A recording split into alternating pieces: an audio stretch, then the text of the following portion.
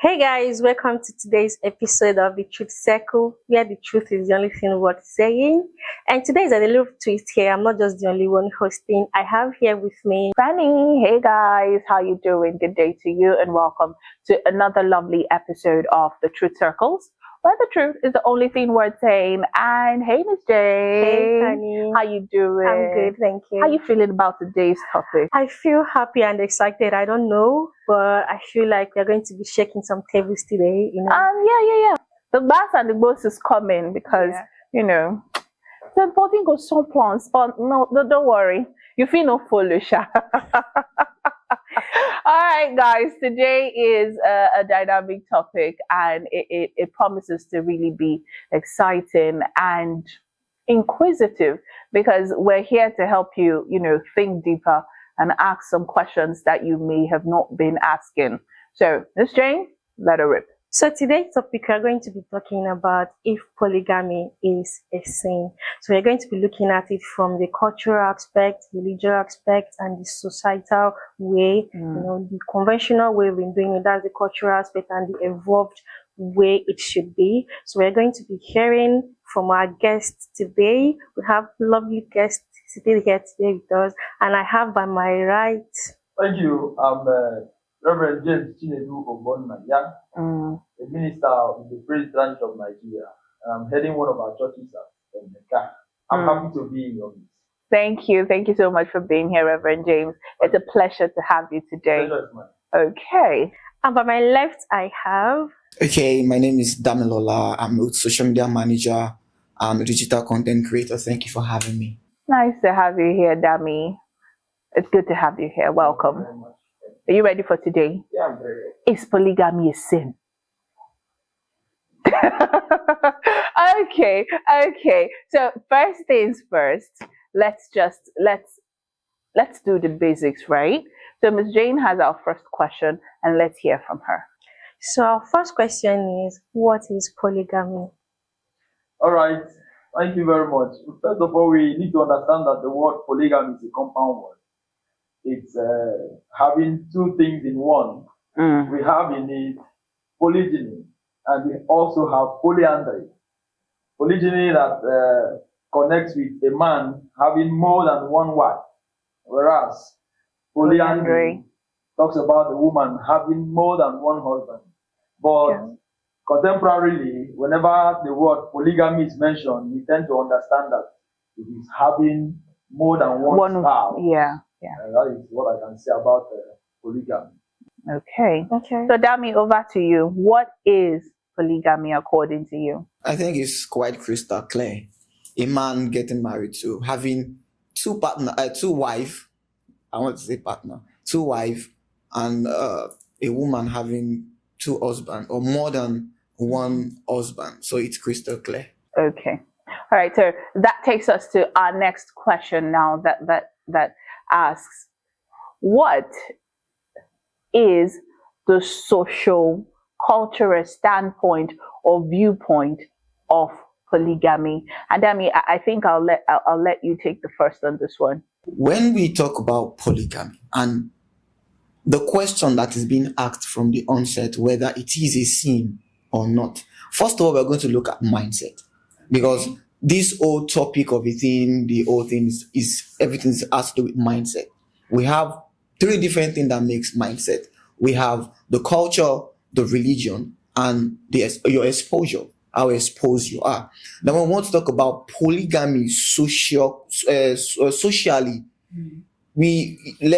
look back in the 50s, in the 40s, and see how much human being we have evolved over the years. We see our forefathers, it's rampant back in the days where almost all of them got married to more than one wife because they wanted, they wanted to prove their man, the capacity of a man as at then. Yeah, exactly. Is judged is based on how many wives and how many children you have, because if they have multiple wives and children, they can take their children to the farm, they can use the wife and all those kinds. So they put everything together and they call themselves a man based on what they have as being pertaining to how many wives and children they have as at that time. So now looking at, because and as at then they have the capacity. There's no pressure on men as at that time. Not much pressure when it comes to from society. Exactly. Much or little is not expected from men as at that time. It's just all we do basically is just farm and do all these things, and it is easier for them to manage the whole thing of their family, whether it's monogamy or in this context polygamy. They can manage it.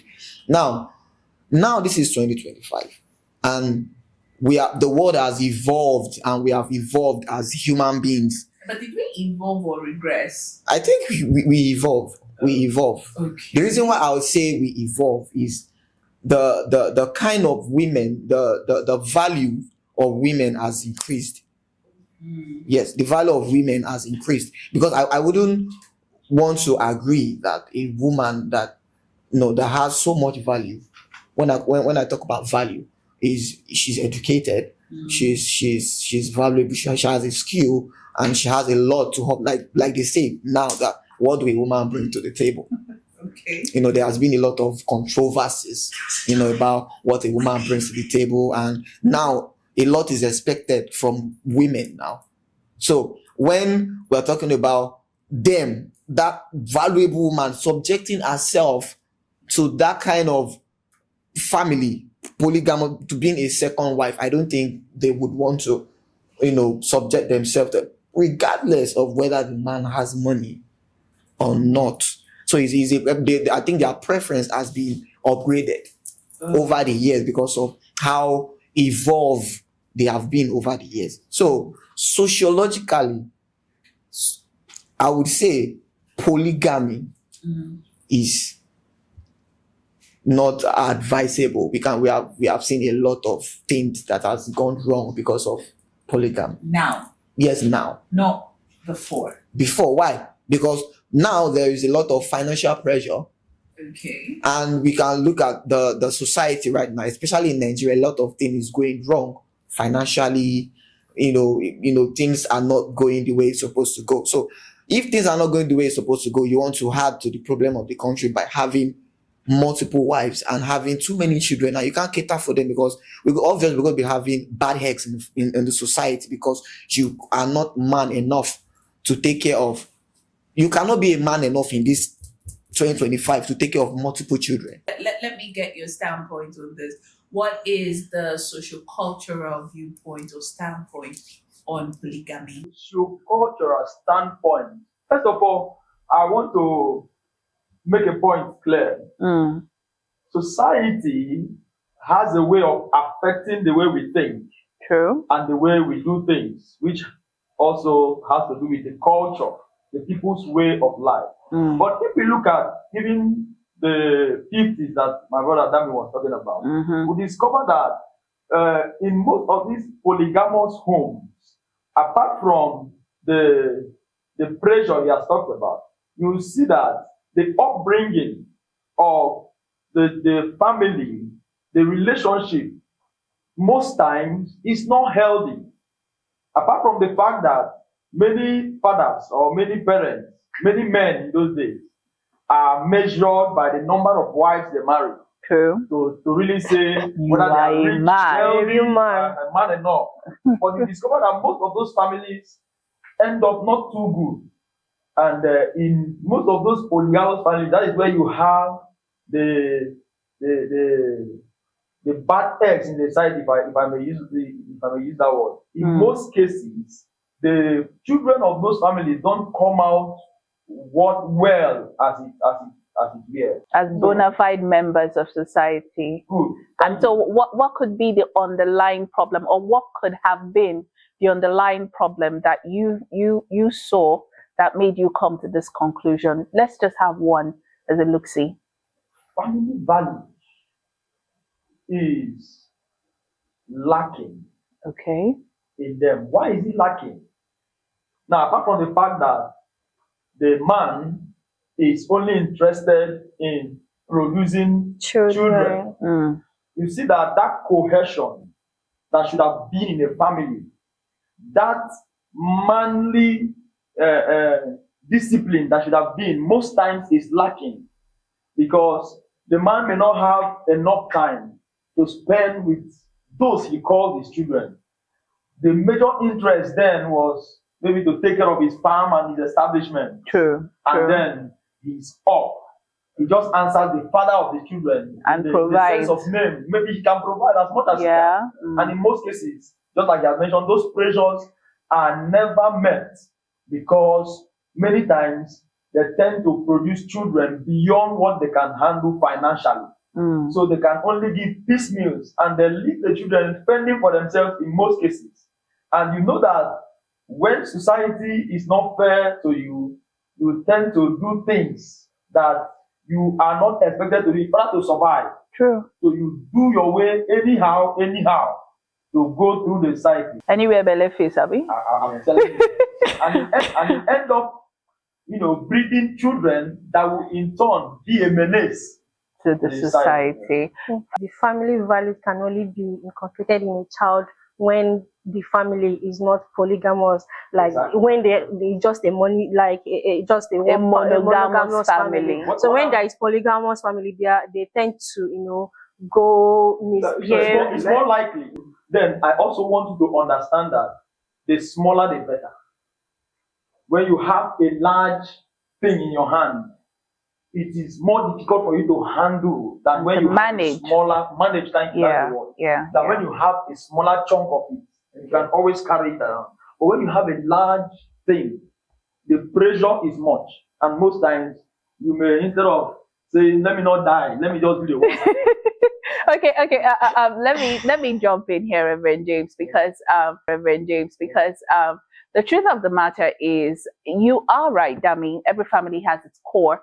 But when I asked you the question, some of the what would I call drawbacks that made polygamy inefficient socioculturally rather in times past, I meant for you to give a statement of the problem. Now let me do that myself, because in the course of my research and study for this, I did find that bias was one reason why it seemed impossible for the leaders of the home at that time, which are the fathers, to actually take care of their home right, especially in polygamy. And when I say bias, I mean you have 4 wives.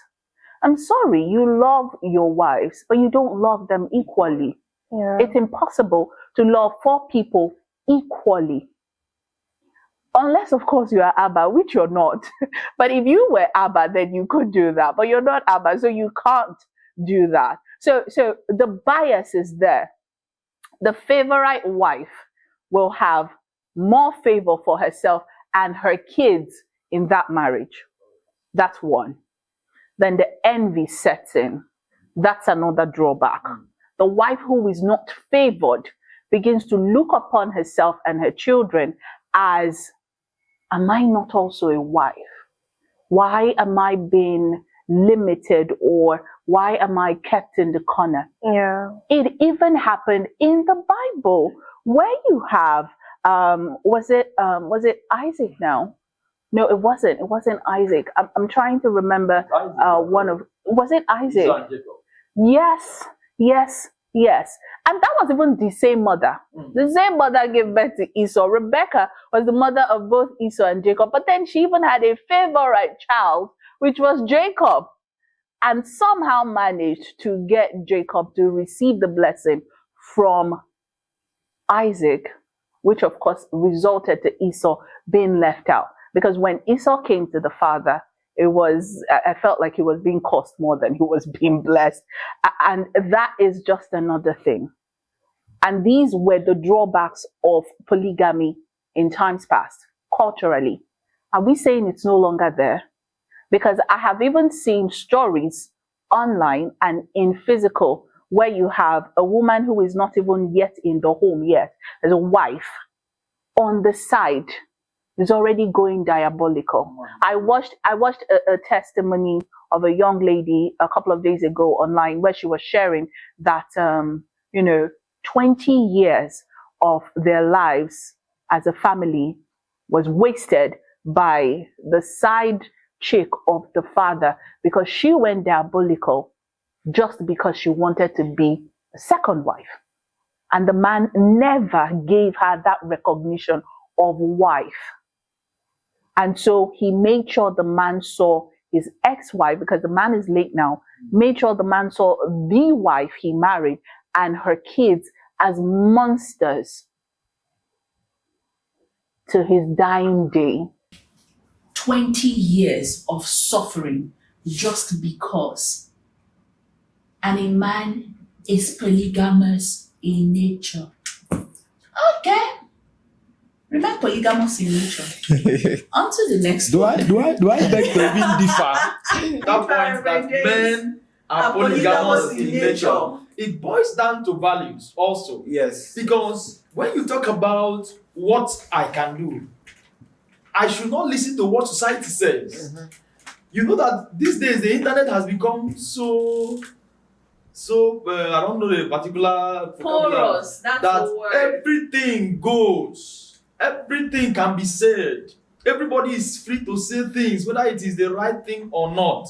And then we should be wary of what we see from the internet. True. So if in the family where I grew up, my father has instilled this value in me that staying to one woman is very important for my life. Yes. It will do a lot of things, both prolonging my life, both reducing the pressure that I will have. We already know that marrying one is not even easy. And you are talking about going polygamous. Let's move on to the next question.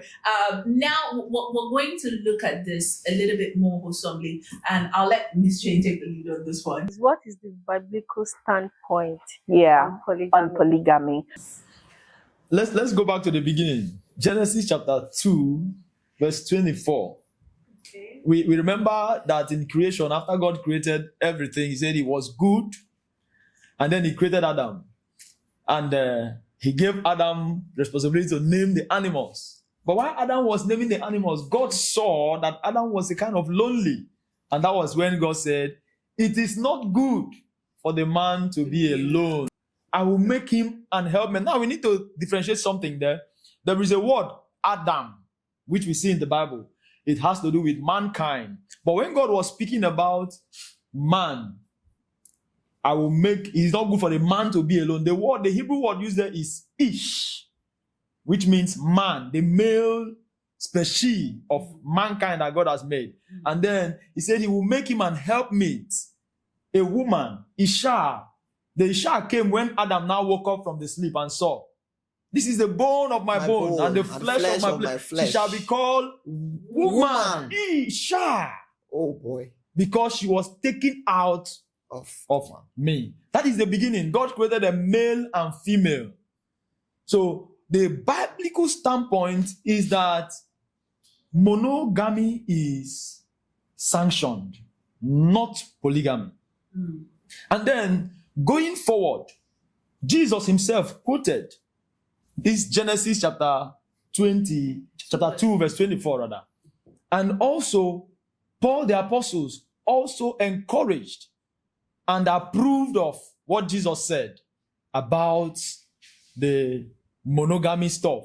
So as long as the scripture is concerned, polygamy is not allowed.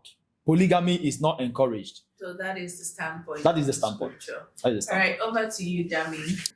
From the beginning, we will all agree that something has been wrong when it comes to a relationship of a man and a woman when people in the Bible getting married to multiple wives and all of that. Then fast forward to the New Testament where Apostle Paul was talking to the Ephesians of how the core values of how a family should be, and the Bible was talking about a man should love his wife, not his wives. Love your wife as what? As Christ loved the church. And wife, submit to your husband as unto the Lord. So marriage is so important that even our relationship with God is illustrated by it, because our relationship with God is a mystery, and the only thing that could come close to that relationship that we can understand is marriage. Said a marriage is a relationship, is a union between a woman and a man, one woman and one man. It didn't say women, it didn't say men. So it is biblically wrong when a man get married to more than one wife. So I think we're good Bible students, yeah. Yes. Yeah, but the real sense of it, this actually brings us to the conversation for today. So in conclusion, specifically, is polygamy a sin? Because when we want to talk about the word sin, it is mostly spiritual, and it is mostly because you say sin and people would ascribe it to only Christianity. Yeah. But I put it to you that even in Islamism, in Judaism, polygamy, or rather sin, is a word that is used in their own holy books as well. So categorically now, as Christians, because I want to believe that we all are, okay, so is polygamy a sin? And I think I'm going to go with you first. Oh, okay. I would say yes and no. Okay. Like I said earlier, I said if you're looking at this topic from different perspectives, when we talk about cultural and the spiritual, standpoint. Okay, let me say from sociological standpoint, we've talked about all the disadvantages of polygamy. Of polygamy. Yeah. We talk about the jealousy, we talk about all these things, which I would say is no. If you want to put yourself under so much pressure, financial pressure, you cannot just be my guest. But I don't think any man would want to subject himself to that kind of pressure. Then when we talk about culture, I talk about how we've been able to evolve over the years, and then if you look at the other religion, Islam, it doesn't, they support it that you can marry. That's why I said yes and no. So in this aspect, speaking from Islamic standpoint, is yes, it is supported. But I mean, it is not a sin. But I am a Christian, and I believe so much in the Bible, and I believe so much in the Jesus that Bible preaches, that it is a sin. It is a sin for a man to be to be polygamous in nature, for you to have a polygamous family. So I think I'll just stand there. Is polygamy a sin? Categorically, polygamy is a sin. But what is a sin? Sin is wrongdoing. It is transgression of God's law. I'm a pastor. Yes. And so, if you ask me, is polygamy a sin? I will tell you, from the beginning, God made them male and female. For this reason, a man will leave his father and his mother and be joined to a one man, one woman. So, simply, polygamy is a sin. And Frannie says, Dalu. Thank you so very much for joining us on today's episode of The Truth Circles. We did shake some tables, have we? Apparently. We did. We brought the we brought the bass and we brought the bows. Yes. And we definitely hope you joined the conversation. Now we have Dami saying yes and no, that polygamy is and is not a sin. And then we have Reverend James saying categorically, yes, polygamy is in fact a sin. It is. Or what do you say? Is polygamy a sin according to you? We'd love to hear from you. So join in the conversation, send in your comments. And like we said at the beginning, go ahead, like, subscribe, and share this conversation. I think that's about it, Ms. Jane. Yes, because please don't forget to turn on your notification bell so you don't miss any of our episodes.